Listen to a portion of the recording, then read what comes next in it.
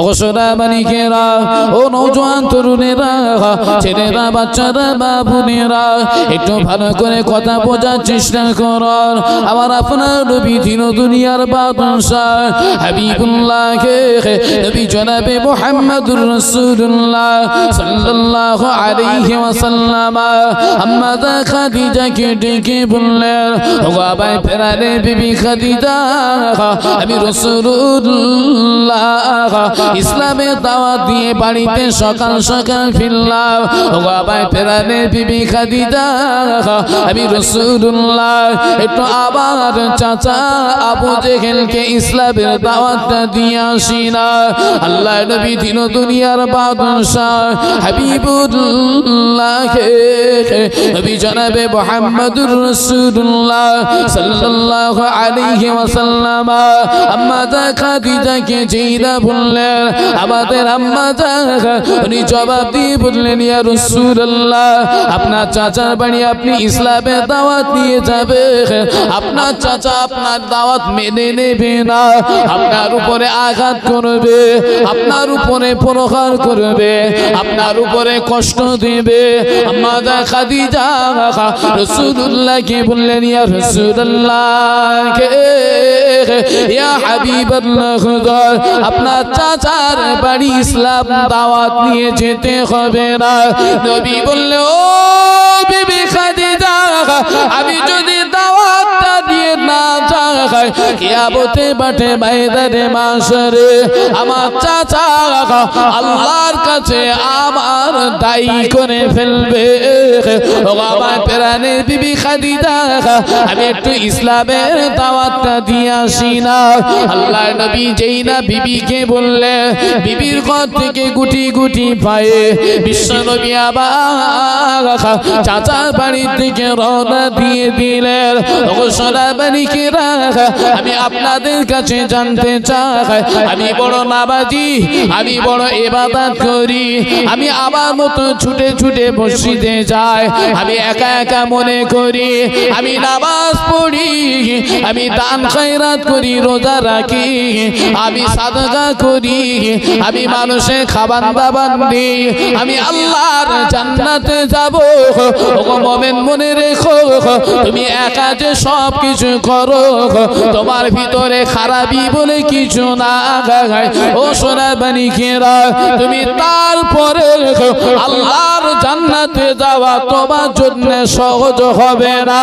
আল্লাহ হাসরের মাঠে জিজ্ঞাসা করবে, হে আমার বান্দা, তুই নামাজের জন্য দৌড়ে চলে গেলি, তোর পাশের বাড়ির চাচা নামাজ পড়তো না, ওকে তুই কবার তুই নামাজের জন্য বলেছিলি?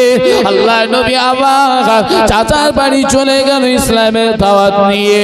আম্মা খাদিজা বললেন, আমি আমার দায়িত্ব, আল্লাহ নবী বললেন, ও আমার প্রাণের বিবি খাদিজা, আমি রাসূলুল্লাহ, আমি আমার দায়িত্বটা পালন করব। আমার চাচা মানবে কি না মানবে ওটা তার ব্যাপার। জোরে বলো। আপনার আমার দায়িত্ব হলো সভা শুনতে যখন এইছি তখন পাশের বাড়ির চাচাটারে একবার বলা, চাচা চার দোকানে গিয়ে 2 ঘন্টা সময় না কেটকে ওখানে গিয়ে 1.5 ঘন্টা সময় কেটকে এসো, পরকালের খাই বাজার হোক। নামাজ পড়তে যখন যাবে পাশের বাড়ির ভাইটারে ডেকে বলবেন, এই গতি চ মসজিদে যাই। ও আসবে না, ওর হিসাব আল্লাহর কাছে ওকে দিতে হবে, আপনি ছাড় পেয়ে যাবেন। রাসূলুল্লাহ বললেন, বিবি খাদিজা যদি দাওয়াত নিয়ে না যায় আর আমার চাচার যদি কলেমা পৌঁছে দিতে না পারি, একদিন আমার চাচা আল্লাহর কাছে আমাকে দায়ী করবে, আমার যেতে হবে দাওয়াত দিতে। আল্লাহ নবী গুটি গুটি পায়ে চাচা করে দরজা সামনে দাঁড়িয়ে আল্লাহ নবী ডাক দিলেন, ও আমার চাচা যা একটা দরজাটা খুলে দেখ।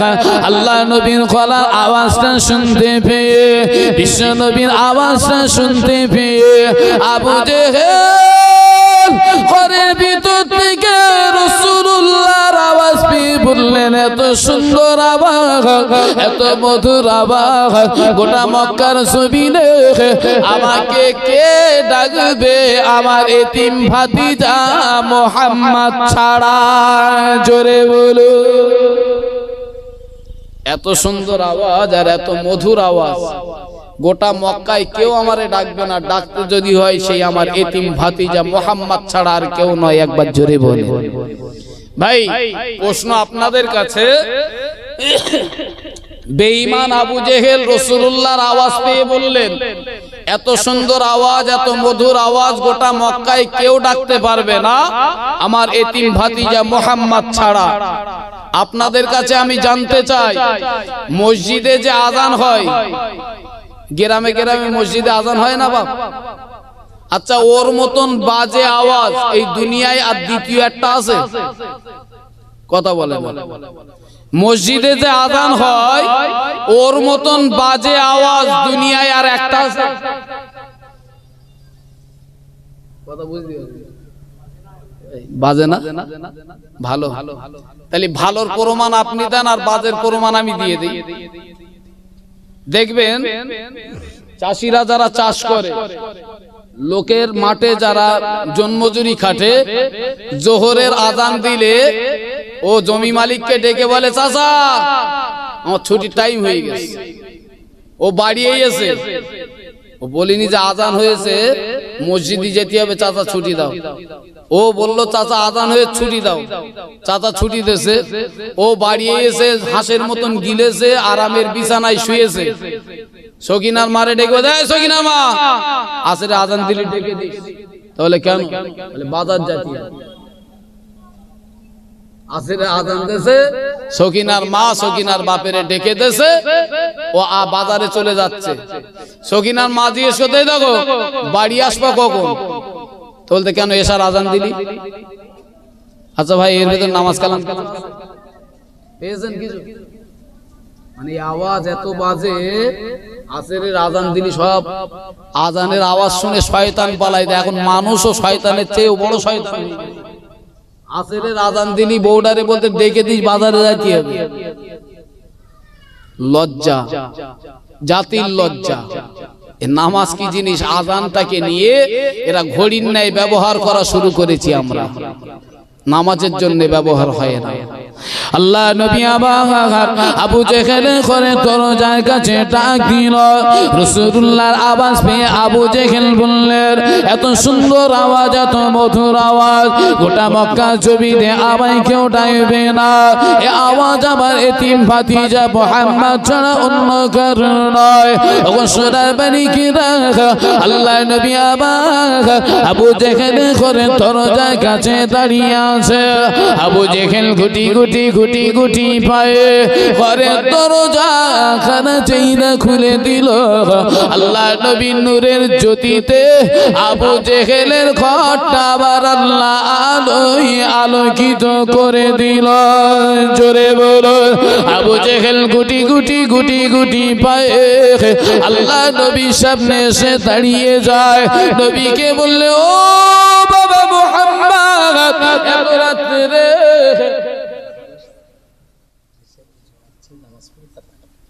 একটু তাকবীর দেন, নারে তাকবীর। একটু মন খুলে দেন না, নারে তাকবীর। পানি গোবরার হাফিজ সাহেব হুজুরের ছেলে, আমাদের মামা, নাম শুনেছেন, জনাব আলহাজ হযরত মাওলানা আব্দুল হাই সাহেব মামা। তিনি এসেছেন, যথা টাইমে আপনাদের কাছে তিনি আসবেন। ভাই যারা এদিকে ওদিকে আছেন, আমি আপনাদের কাছে অনুরোধ করব এই মজলিসে চলে আসুন। যে কথা বলছিলাম, রাসূলুল্লাহর আওয়াজ শুনে আবু জেহেল ঘরের দরজা যেই খুললেন, রাসূলুল্লাহর নূরানী চেহারা নূরের জ্যোতিতে আবু জেহেলের ঘরটা আল্লাহ আলোয় আলোকিত করে দিলেন। আবু জেহেল গুটি গুটি পায়ে রাসূলুল্লাহর কাছে এসে বললেন, বাবা মুহাম্মদ, এত রাতে আমার কাছে কি হয়েছে? কি জন্য এসেছো বাবা? মক্কা বেঈবা বেদিনেরা ওরা আমায় পাগল বলে তাড়িয়ে নিয়ে যায়। ওরা আমাকে পাথর দিয়ে দিয়ে আঘাত করে। ও আমার চাচা, আপনি করে বেঈবা বেদিনদের লিডার, আপনি যদি একবার ইবারে কলেমাটা পড়ে নেন, ও চাচা আমি মুহাম্মদ এই মক্কা জমিনে ইসলামের দাওয়াত দিতে যাব কেউ আমায় আর মারবে না কেউ আমায় ছোট বড় কথা বলবে না কেউ আবার আব্বা আম্মা তুলে গালি গুরুস করবে না ওগো চাচা আপনি একটা বার ইবাদত কলেমাটা পড়েন না বেঈমান আবু জেহেল আল্লাহর নবীর কথাটা শুনে গুটি গুটি গুটি গুটি পায়ে আবু জেহেল নিজে তার আপন ঘরের ভিতরে চলে গেল বেঈমান আবু জেহেল ঘরের ভিতরে গিয়ে হাতে একটা চাবুক নিয়ে গুটি গুটি পায়ে আল্লাহ নবীর সামনে এসে দাঁড়িয়ে যায় নবীর সামনে দাঁড়িয়ে বললেন ওগো বাবা মুহাম্মদ একটু আগে যে কথাটা তুমি আমায় শুনিয়েছ ওই কথাটা আরেকবার বলো না বাবা আল্লাহ নবী ভয় পেলেন না নবী আবার ভীতু হয়ে পড়লেন না এক বাক্যে জবাব দিয়ে বললেন চাচা আপনি একটা বার ঈমানের কলেমাটা পড়ে নেন জোরে বলুন আবু জেহেলের সামনে দাঁড়িয়ে রাসূলুল্লাহ বললেন চাচা একবার ঈমানের কলেমা পড়ে নেন চাচা আবু জেহেল কথাটা শুনি হাতে চাবুকখানা নিয়ে প্রচন্ড হারে রাসূলুল্লাহর উপরে আক্রমণ করলেন রাসূলুল্লাহ চেহারা ফেটে রক্ত ঝরতে আরম্ভ করলো রাসূলুল্লাহ জমিনে পড়ে গেল বেহুশ হয়ে পড়লেন আবু জেহেল গুটি গুটি পায়ে চাবুকটা নিয়ে ঘরের ভিতরে রেখে সে তার লোকজনগুলোকে নিয়ে কাবা শরীফের চাতোয়ালে চলে গেল মুহাম্মদকে মারতে পেরেছে একটু আনন্দ করার জন্য ভাই আবু জেহেল কিন্তু রাসূলুল্লাহর আপন চাচা নয় রাসূলুল্লাহর আপন চাচা নয় এখন আবু জেহেল রাসূলুল্লাহকে মেরে তিনি যখন কাবা শরীফের চাতোয়ালে আনন্দ ফুর্তি করতে চলে গেলেন রাসূলুল্লাহর জ্ঞানটা ফিরে পেলেন কিছু সময় বাদে রাসূলুল্লাহ জ্ঞান ফিরে পেল আল্লাহ নবী ওখান থেকে উঠে বাড়িতে ফিরে যাবে রাসূলুল্লাহ ফিরে যাবার মতো শক্তি শরীরে না রাসূলুল্লাহ চার হাত পায়ে গুড়ি দিয়ে রাসূলুল্লাহ চার হাত পায়ে গুটি দিয়ে বাড়ির পথে রওনা দিতে লাগলেন বিশ্বনবী যখন বাড়ির দিকে যায় হঠাৎ করে একজন দাসী রাস্তা দিয়ে হেঁটে হেঁটে যায় এই দাসীটা আল্লাহর নবী ওই দৃশ্যখানা দেখে রাসূলুল্লাহ চাচা হামজার বাড়ি চলে গেল দাসীটা হামজার বাড়িতে গিয়ে বললেন ও রাসূলুল্লাহ চাচা হামজা তুমি কি দেখো না তোমার ভাতিজা মুহাম্মদ এতি বসখায় অন্য কেউ না তোমার ভাই আবু জেহেল এত মাতাকে মেরেছে রাসূলুল্লাহ চেহারা ফেটে রক্ত ঝরে বেরিয়ে যায় রাসূলুল্লাহ দাঁড়াতে পারে না রাসূলুল্লাহ বসতে পারে না চার হাত পায়ে গুড়ি দিয়ে বেরিয়ে যায় ও নবী চাচা হামজা একটা বার মুহাম্মদকে দেখে শোনা হামজা কথাটা শুনে চুপটি করে দাঁড়িয়ে রইল কিছু সবাই বাদে আল্লাহ নবীকে দেখা ওই দাসীটা আবার হামজাকে বললেন ও নবী চাচা হামজা তোমার মনে কি কোনো দয়া নাই তোমার মনে কি কোনো মায়া নাই ও নবী চাচা হামজা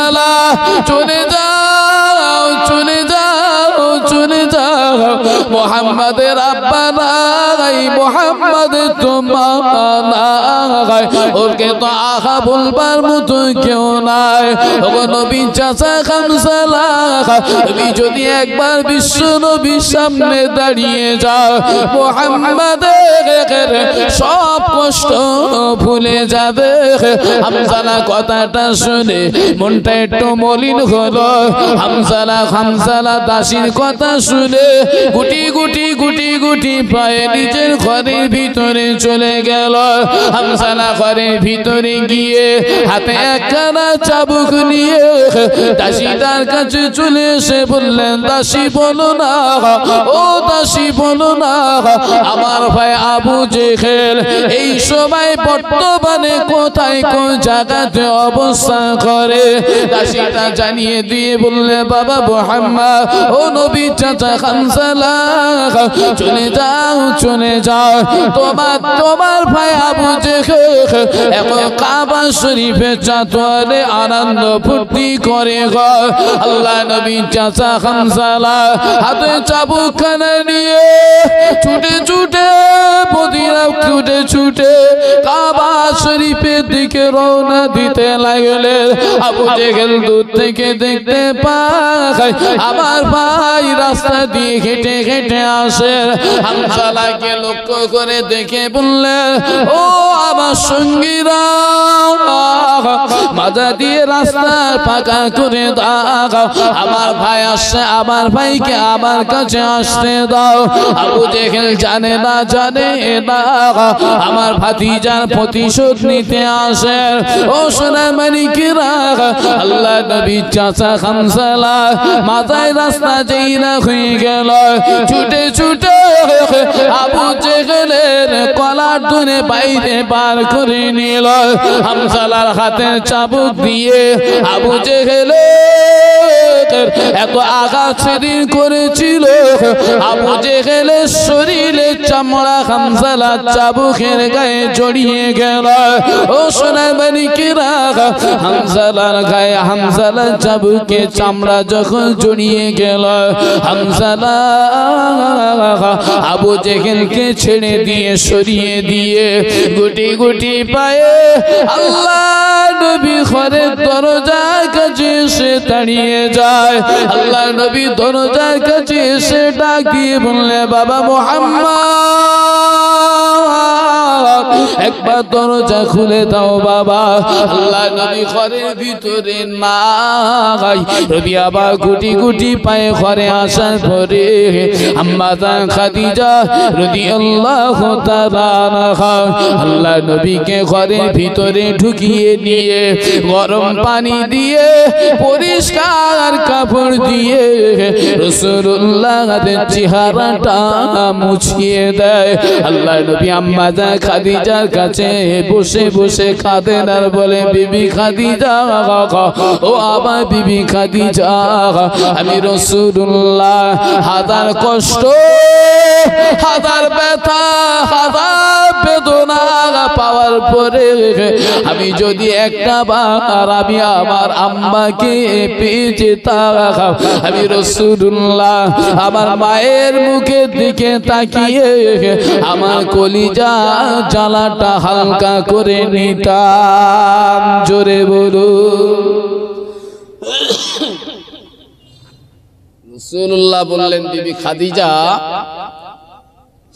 এই জমানায় এই যুগে যদি আমার মা বেঁচে থাকতো, আমার আব্বা বেঁচে থাকতো, মক্কার বেঈমান বেদিনেরা আমাকে মেরে রক্তাক্ত করে দেওয়ার পরেও একটা বার যদি পিতা মাতার মুখের দিকে তাকাতাম, আমার কষ্টটা হালকা হয়ে যেত।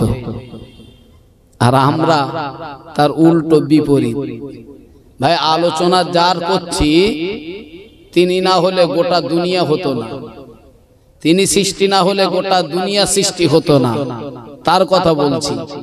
ভাই, সেই বিশ্ব নবী আমার আম্মাজান খাদিজার ঘরে যখন ওই রক্তমাখা চেহারা নিয়ে গেলেন, আম্মাজান খাদিজা একটা নামাজের পার্টি নিয়ে ছুটে একটা জায়গাতে বসে পড়লেন।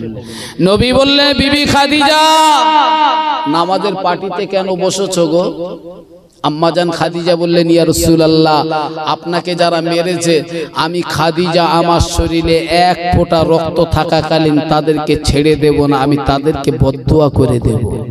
নবী বললে বিবি খাদিজা বদদুয়া করা চলবে না, বদদুয়া করা হবে না গো। ওগাবায় পেরানে বিবি খাদিজা যদি বদদুয়া করে দাও শেষ হয়ে যাবে, বদদুয়া যদি করে দাও ধ্বংস হয়ে যাবে। আমি রাসূলুল্লাহ ইসলামের দাওয়াত নিয়ে কাদের কাছে যাব গো বলো না। আম্মা জান খাদিজা রাদিয়াল্লাহু তাআলা আনহা নামাজের পাটিতে বসে আছে। নবী বললে ও বিবি খাদিজা আমার আল্লাহ বদদুয়া করবার জন্য পাঠাই না, আমার আল্লাহ নেক দোয়া করবার জন্য পাঠিয়েছেন। আমার চাচাকে আল্লাহ হেদায়েতের রাস্তা দেখিয়ে দেয়, এই দোয়া তুমি করতে পারো। এটা সবাই বাদে আম্মা জান খাদিজা রাদিয়াল্লাহু তাআলা আনহা বিশ্ব নবীর পাশে এসে যেইরা বসে বললেন, নবী বললেন ও বিবি খাদিজা আমাকে একটু দাঁড় করিয়ে দাও, আমি আমার চাচি আম্মার বাড়িতে যাব, আমি আমার চাচা আবু তালেবের বাড়িতে যাব। আম্মা জান খাদিজা রাসূলুল্লাহকে দাঁড় করিয়ে দিল। রাসূলুল্লাহর কাছে দাঁড়িয়ে রাসূলুল্লাহ দাঁড়িয়ে যাওয়ার পরে আম্মা জান খাদিজা রাদিয়াল্লাহু তাআলা আনহা বিশ্ব নবীকে ছেড়ে বললেন, ইয়া রাসূলুল্লাহ ইয়া হাবিবাল্লাহ আপনি আপনার চাচি আম্মার বাড়িতে চলে যান। আল্লাহর নবী বললেন, বিবি খাদিজা আমি আমার আব্বাকে চরম চোখে দেখতে পাই না গো। ও আমার বিবি খাদিজা আমার বয়স যখন 6 বছর আমি আমার আম্মাকেও হারিয়েছিলাম। আমার চাচা আমার দাদু আব্দুল মুত্তালিব আমাকে নিয়ে 6 বছর বয়স থেকে লালন পালন করলাম। আমার বয়স যখন 8 বছর হয়ে গেল আমার দাদু আমাকেও রেখে বিদায় দিয়ে চলে গেল। ও আমার প্রাণের বিবি খাদিজা, ও বিবি খাদিজা আমি রাসূলুল্লাহ 8 বছর বয়স থেকে আমি আমার চাচা আবু তালেবের কোলে লালন পালন হয়ে বড় হলাম। আমার একটু দাঁড় করিয়ে দাও, আমি আমার চাচি আম্মার কাছে যাব, আমার চাচি আম্মার কাছে মনের কথা খুলে বলে আমার মনের কষ্টটা হালকা করে নেব। আল্লাহ নবী গুটি গুটি গুটি গুটি পায়ে চাচি আম্মার বাড়ি চলে গেল। চাচি আম্মার কাছে গিয়ে রাসূলুল্লাহ আম্মার কোলের কাছে গড়িয়ে পড়ে কাঁদেন আর বলেন, মা ও আমার আম্মা আমি মুহাম্মদ এত বড় অপরাধী হয়ে গেলাম, আমার আব্বার ভালোবাসা পেলাম না, আমি আমার মায়ের ভালোবাসা পেলাম না। আব্বা যাও চাচি আম্মা এখন মক্কার মানুষেরা আমায় মারবে, কেউ আমার জন্য আহা বলবার মতো কেউ নাই। এমন কথা বলে না, রোনাজারি করে কান্নাকাটি করে। ও সোনা মানিকেরা আল্লাহ নবী ছিল দুনিয়ার বাদশাহ হাবিবুল্লাহ জনাবে মুহাম্মদুর রাসূলুল্লাহ সাল্লাল্লাহু আলাইহি ওয়াসাল্লাম আছি আম্মার বাড়িতে শুয়ে আছেন। একটু সময় বাদে রাসূলুল্লাহ চাচা হামজালা আম্মা জান খাদিজা করে দরজার কাছে এসে ডাক দিয়ে বললে, ও বাবা মুহাম্মদ দরজা খুলে দাও, বাবা দরজা খুলে দাও। ঘরের ভিতর থেকে বৌমা আওয়াজ দিয়ে বললে, চাচা আপনার ভাতিজা মুহাম্মদ উনি আবার ঘরে দেন, আপনি আপনার ভাই আবু তালেবের বাড়িতে চলে যান, ওখানে আপনার ভাতিজা রয়েছে গো। আল্লাহ নবী চাচা হামজালা আম্মা জান খাদিজা ঘর থেকে ঘরের ওখান থেকে বেরিয়ে পড়লেন আবু তালেবের বাড়ির দিকে। আল্লাহ নবী চাচা হামজালা যেতে আরম্ভ করলেন। রাসূলুল্লাহ দূর থেকে দেখতে পায় আমার চাচা আমার দিকে এগিয়ে আসে। আল্লাহ নবীর কান্না ভরা চোখ, সাথে সাথে নিজের কান্না বন্ধ হয়ে গেল। আল্লাহ নবীর কান্না বন্ধ হয়ে গেল। রাসূলুল্লাহ চাচা হামজাকে দেখে আল্লাহ নবী মনে মনে ভাবতে লাগলেন, আমার জন্য আহা বলার মতো তো মানুষ পেয়ে গেলাম, আমার চাচা আমার পাশে দাঁড়াবে। আল্লাহ নবী চাচা হামজা রাসূলুল্লাহ কাছাকাছি যেই না হয়ে গেল, আল্লাহ নবীর কান্না যতটা ছিল তার চাইতেও আরো দ্বিগুণ বেড়ে গেল। আল্লাহ নবী বললেন, আল্লাহ নবী চাচা হামজা বললেন, বাবা মুহাম্মদ তোমার চোখে কেন পানি? তুমি এত রোনাদারি কেন করো, কান্নাকাটি কেন করো, বলো না বাবা। আল্লাহ নবী বললেন, চাচা যা, ও চাচা যা, আপনার হাতে যে চাবুকখানা দেখা যায়, ওই চাবুকের গায়ে যে রক্তখানা লেগে আছে, চাবুকের গায়ে যে চামড়া